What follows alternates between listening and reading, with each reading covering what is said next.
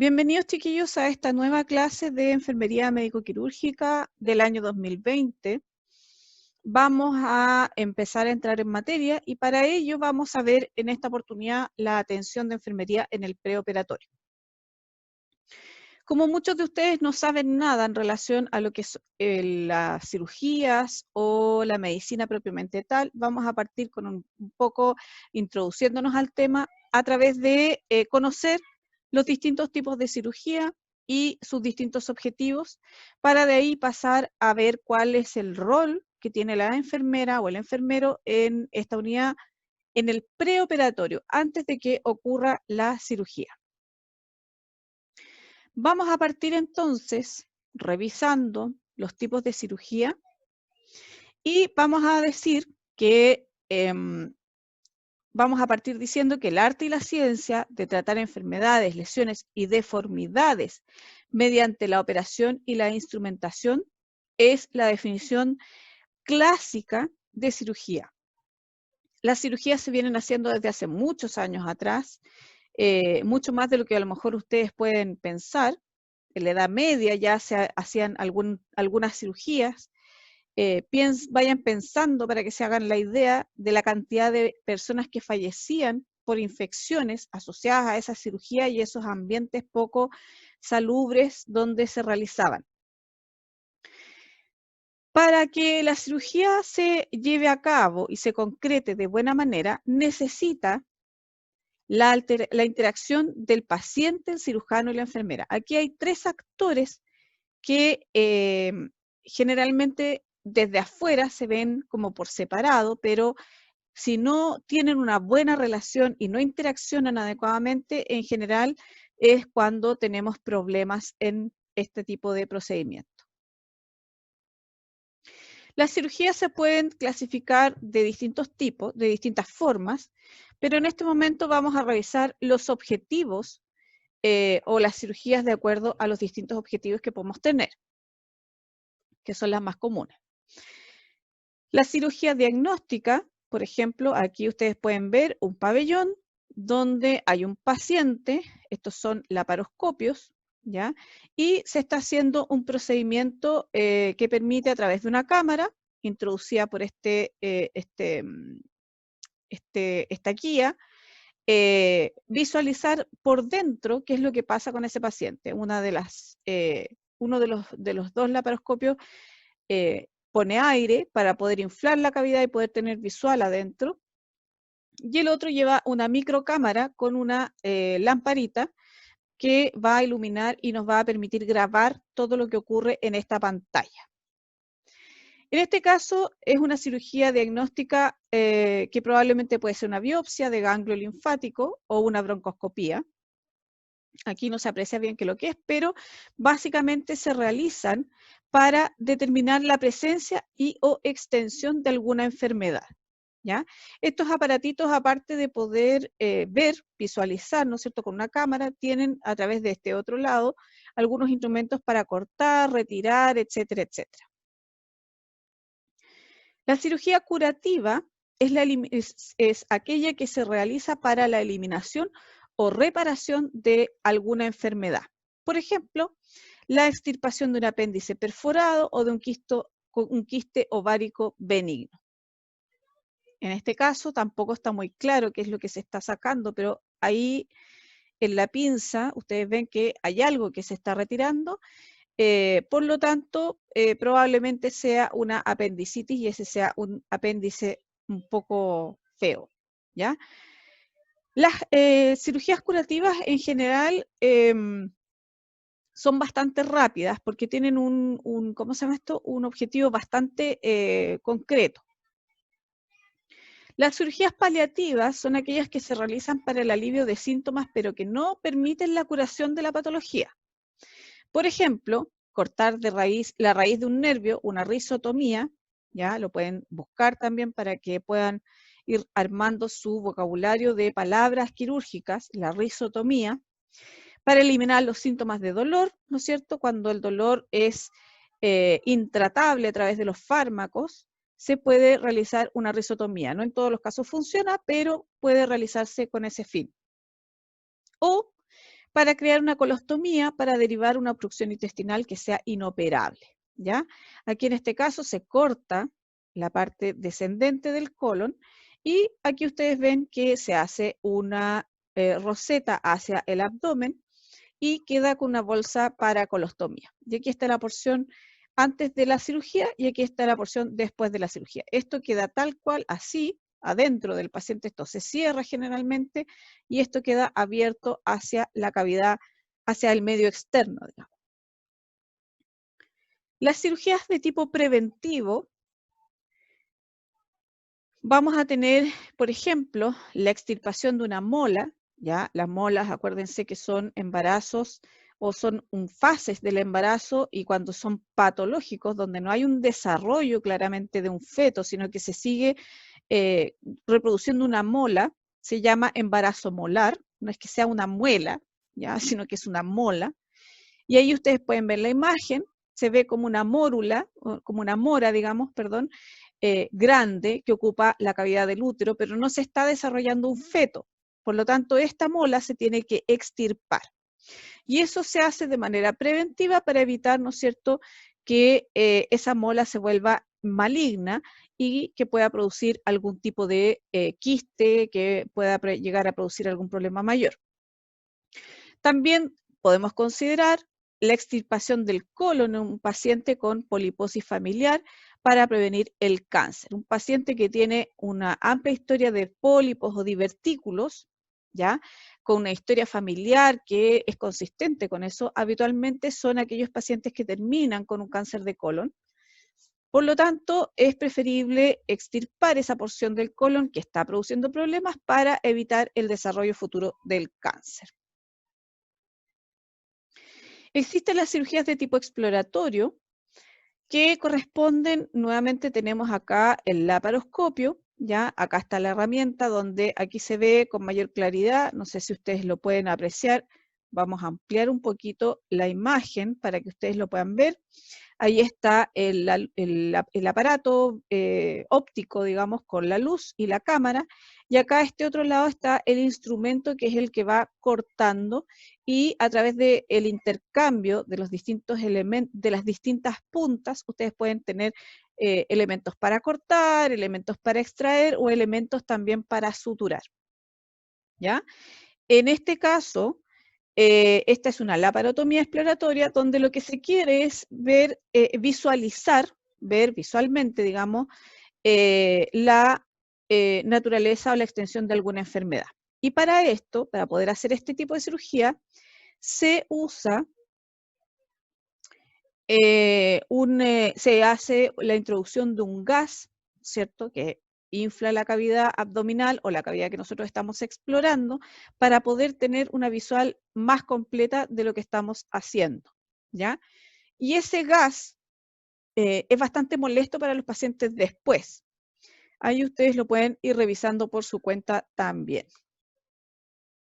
Tenemos las que ustedes más conocen, que son las de mejoría estética, donde no necesariamente son las electivas, ¿no es cierto?, para respingarse la nariz o ponerse prótesis mamarias o qué sé yo, sino que también hay de restauración o de reparación, ¿no es cierto?, de alguna cicatriz por quemadura o cambio de la forma de las mamas. Por ejemplo, cuando hay asimetría mamaria o cuando hay una hiperplasia mamaria importante, también se llama, digamos, cirugía estética sin ser necesariamente la típica cirugía que ustedes conocen como la que aparece en la foto. Vamos a clasificar ahora los tipos de cirugía según el contexto en que se da la cirugía. Y aquí básicamente vamos a tener dos tipos y hay que tener en cuenta los dos escenarios.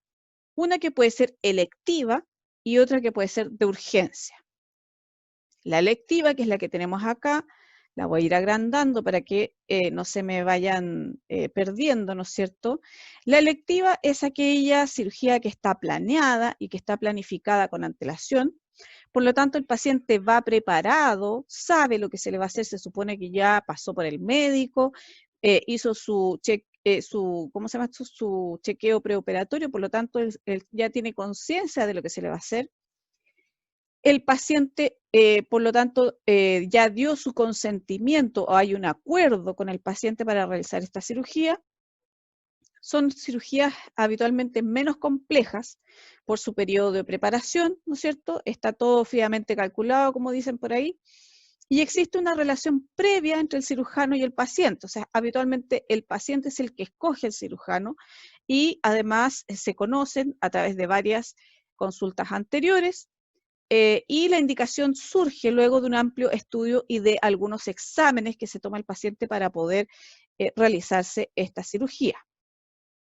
Ese es el primer escenario, que es el más benevolente y el que todos quisiéramos tener. Pero también tenemos las cirugías que son de urgencia, que son no planificadas. La indicación surge por una situación inesperada, como una patología aguda o un accidente. Involucran mayor riesgo porque son totalmente sorpresivas, no hay esta preparación anterior ni esta cantidad de exámenes que puedan permitir ir con seguridad al pabellón.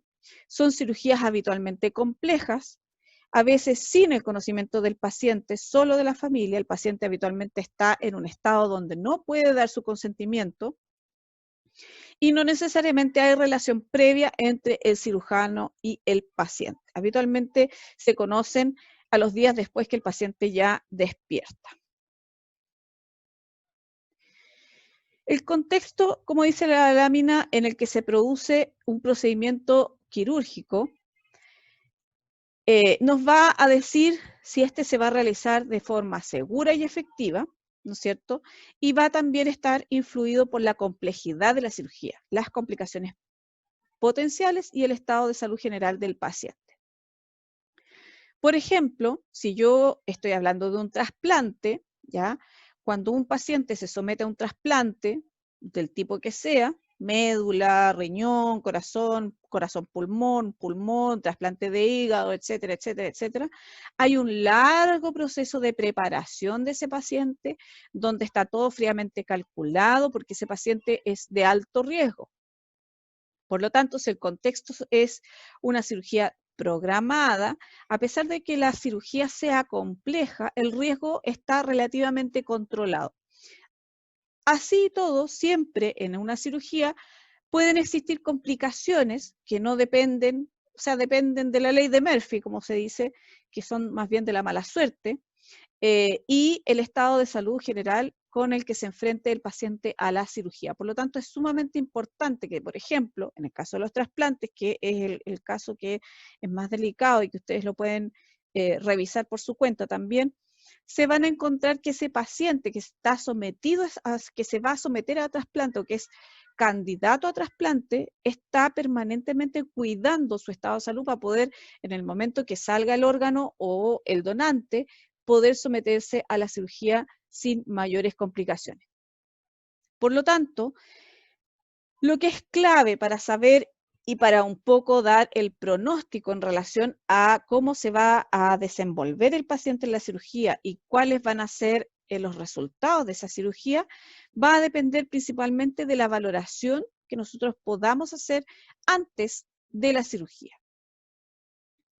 Cuando se hospitaliza el paciente en estos momentos, con la modernidad, ¿no es cierto?, podemos tener pacientes que ingresan 10 minutos antes de la cirugía, 15 minutos antes o durante la mañana.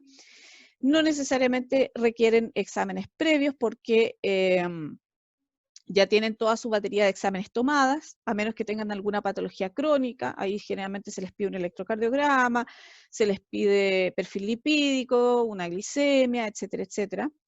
No poseen mayor riesgo, por lo tanto, y ahí tenemos que pensar en pacientes que son de cirugías electivas, planificadas, donde además ese paciente se ha estado preparando previamente para esa cirugía y además es un paciente que no conlleva mayores riesgos, ¿ya? En estos momentos hay un aumento en la seguridad de pabellón, eso lo vimos el semestre anterior, con las pausas de seguridad, los checklists, y el uso de la tecnología y la monitorización que hacen que los pabellones actualmente sean bastante seguros, ¿ya? ¿Quiénes se hospitalizan antes? ¿O con quiénes hay que tener mayor precaución? vamos a hospitalizar antes a aquellos pacientes que por sus condiciones de salud posean mayor riesgo o requieran de estabilización previa a la cirugía. Por ejemplo, pacientes diabéticos descompensados, pacientes inmunosuprimidos, que pueden ser VIH o oncológicos, pacientes cardiópatas, adultos mayores con riesgos asociados, que además tienen, por ejemplo, son cardiópatas, hipertensos, diabéticos y tienen una serie de condiciones asociadas, y aquellos con necesidad de algún procedimiento diagnóstico u otro previo a la cirugía. Por ejemplo, cuando hay una mastectomía por cáncer, se hace un procedimiento que ustedes lo pueden encontrar como marcación con arpón, que tiene que hacerse por lo menos 1 hora, 2 horas antes de la cirugía, ¿ya? Para que dentro de la cirugía esa marcación que se aplicó le permita al cirujano,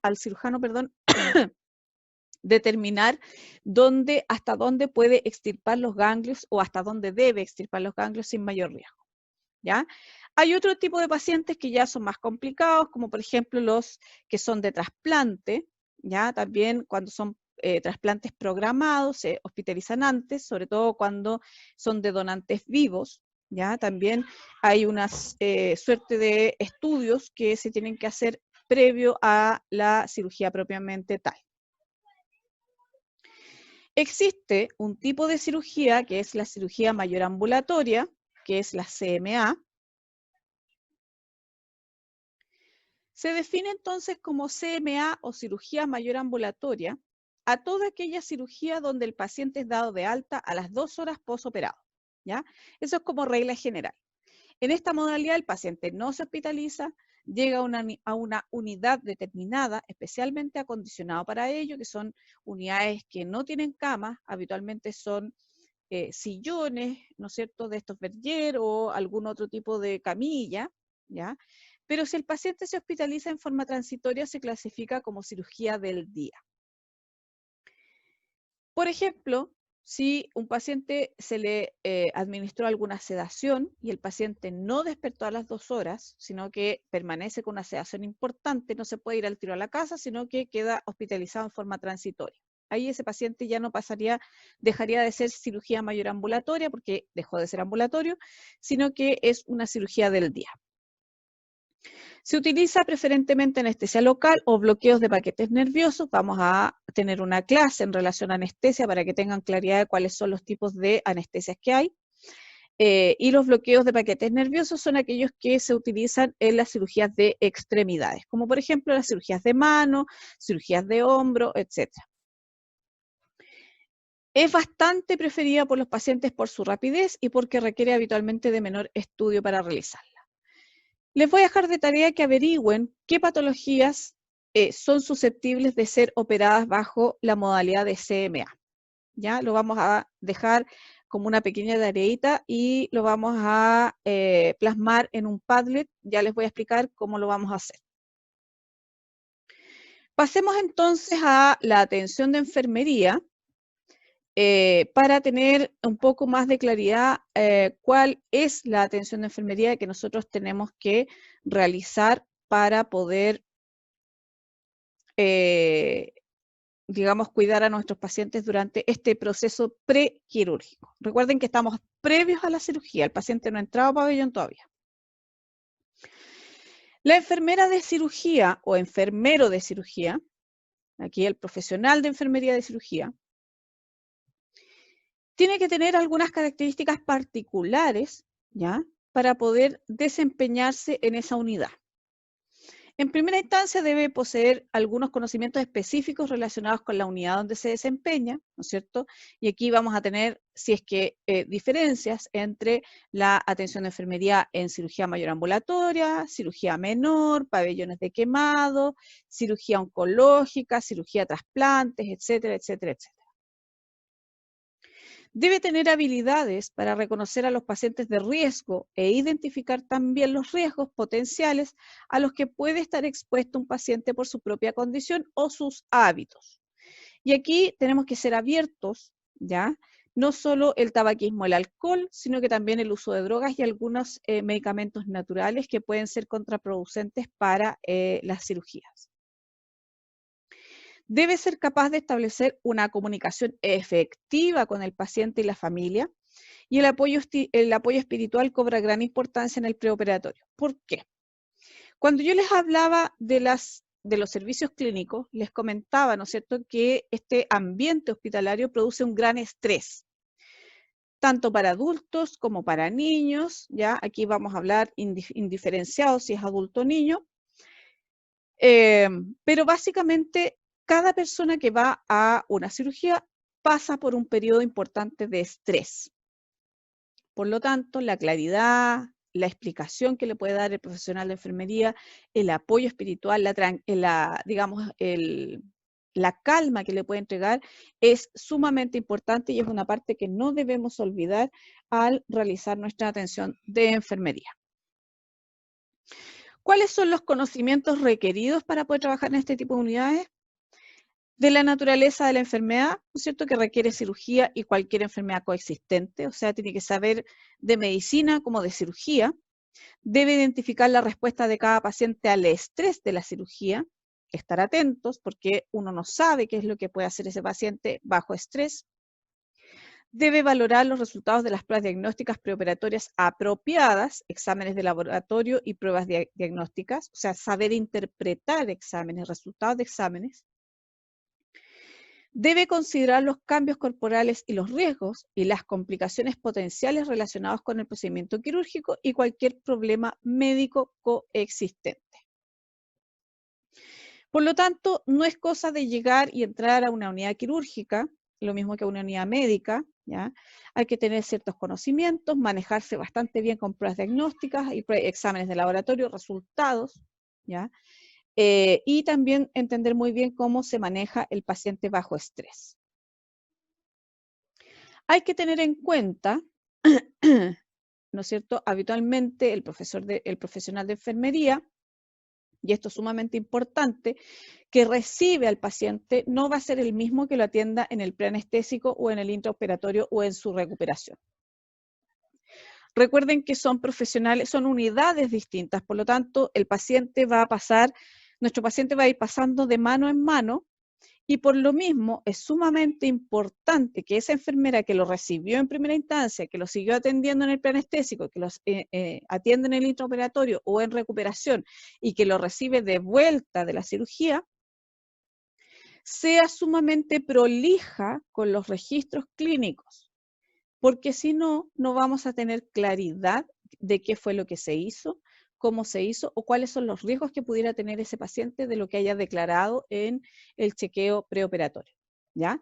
Recuerden que hay rotativas de turnos, las unidades son distintas, por lo tanto, si yo no sé escribir bien, claro, con las ideas claras, con el lenguaje técnico que corresponde, lo más probable es que no va a haber una buena calidad de atención durante el proceso operatorio completo, ¿ya? Así que los invito a revisar la clase de registros que está en el canal de YouTube. Si quieren, la podemos conversar cuando tengamos una sesión online, para que tengan presente algunas de las cosas importantes que se requiere para tener un buen registro. Vamos a la valoración preoperatoria y aquí algunas cosas y condiciones importantes. Lo primero de todo es la entrevista y hay que recordar, ¿no es cierto?, que el paciente deberá ser entrevistado y evaluado en múltiples ocasiones, por lo que se debe tener buenos registros y revisar antes la información para evitar preguntar lo mismo en forma repetida, ¿ya?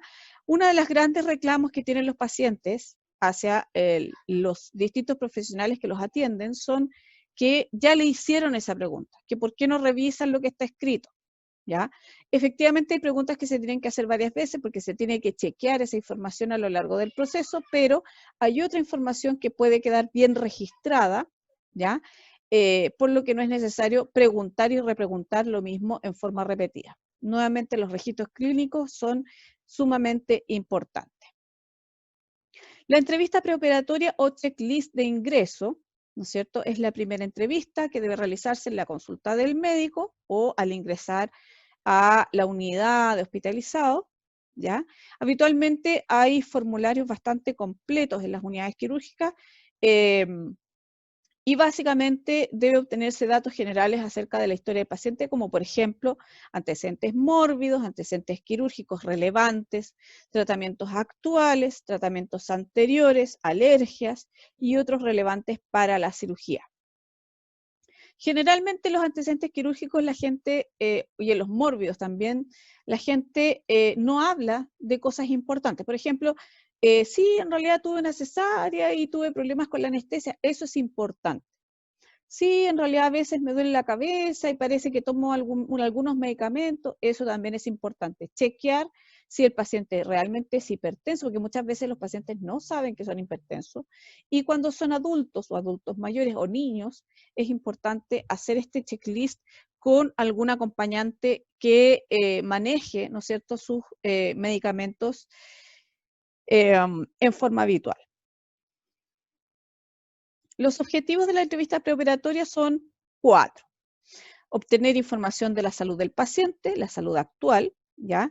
Determinar las expectativas del paciente acerca de la cirugía y de la anestesia, aclarar un poco las dudas, a veces si le va a doler, si se va a dormir, si le va a pasar algo, ¿ya? Todas esas cosas son temores que tienen los pacientes antes de enfrentarse a una cirugía y hay que aclararlos. Proporcionar y aclarar información acerca de la experiencia quirúrgica, como yo les decía, lo que le va a pasar. Recuerden que la ansiedad que se produce en estos momentos se produce porque el paciente no sabe lo que le va a pasar. Valorar el estado emocional del paciente y su preparación para la cirugía. Y aquí es sumamente importante tener claridad cuáles son las indicaciones de preparación para la cirugía, en términos de aseo, de ayuno o de alguna otra que haya podido tener eventualmente, como por ejemplo suspender la aspirina, suspender los medicamentos habituales, etcétera, etcétera. Ya generalmente a los pacientes se les olvida y toman agua o se comen una empanada, como me pasó a mí una vez con un paciente que tenía tanta hambre el paciente que no iba a alcanzar a esperar al pabellón, así que antes de que lo entraran a pabellón, se comió una empanada de pino.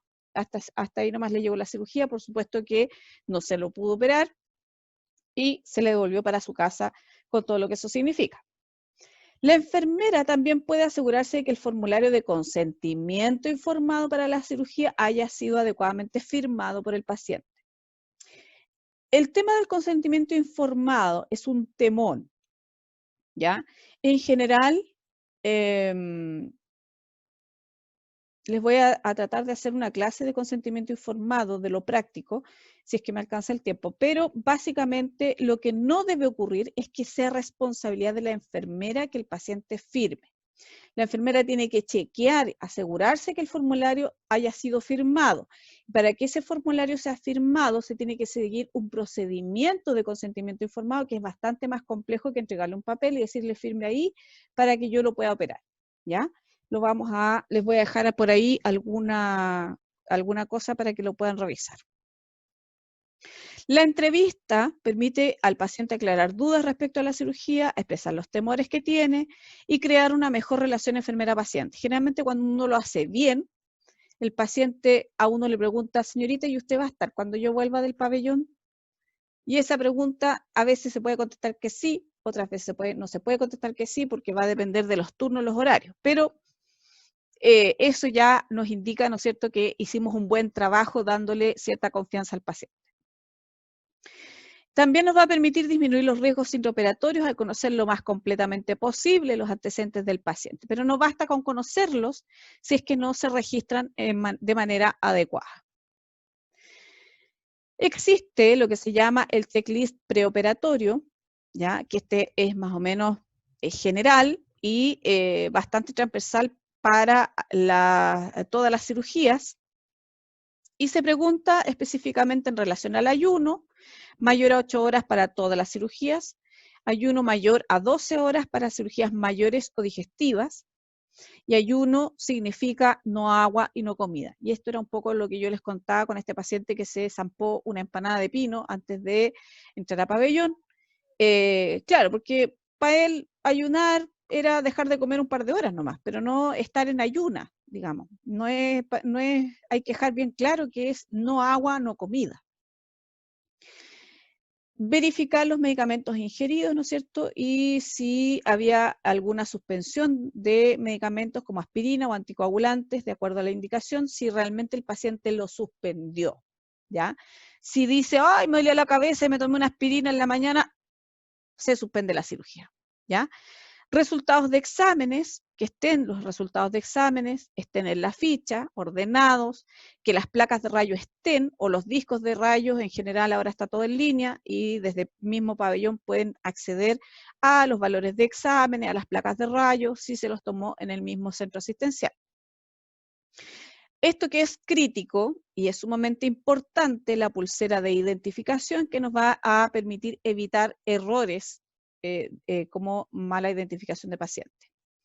Y el baño, aseo o rasurado, dependiendo de la indicación, tiene que observarse y chequear, no preguntar, sino que ¿usted se hizo el aseo? Sí, sí me lo hice. Y llegan a pabellón y tiene la mansa pelusa en el ombligo. Eso no sirve para una cirugía laparoscópica, ¿ya? Tiene que observarse. Y si no está realizado, hay que hacer, digamos, asegurarse de que eso se haga antes del pabellón. Vamos a anotar en la ficha clínica el uso de marcapasos, el uso de prótesis dental y la vamos a retirar previo al pabellón. O sea, el paciente no puede ir a pabellón con la prótesis puesta. El uso de algún elemento invasivo, como una sonda Foley o alguna otra cosa. Debe consignarse los hábitos, por ejemplo, el tabaco, alcohol y drogas. Y cuando es tabaco, hay que preguntarle si fumó y cuándo fue la última hora que fumó. Ya, lo mismo que las drogas, si es que logramos obtener esa información.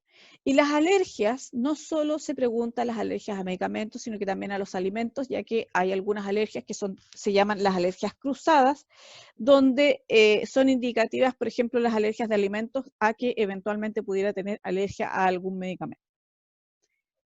Nos indica también el riesgo que ese paciente pueda tener alguna reacción adversa a algún medicamento de tipo alérgico.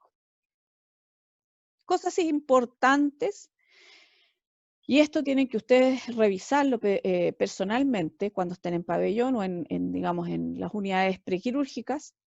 El paciente debe retirarse todo objeto metálico o de valor, como aros, cadenas, anillos, piercing, lentes ópticos, lentes de contacto, aunque ustedes se rían, prótesis, digamos, de miembros prostéticos, ojos prostéticos, todo lo que sea falso, digamos, que no sea del paciente, se lo tiene que sacar.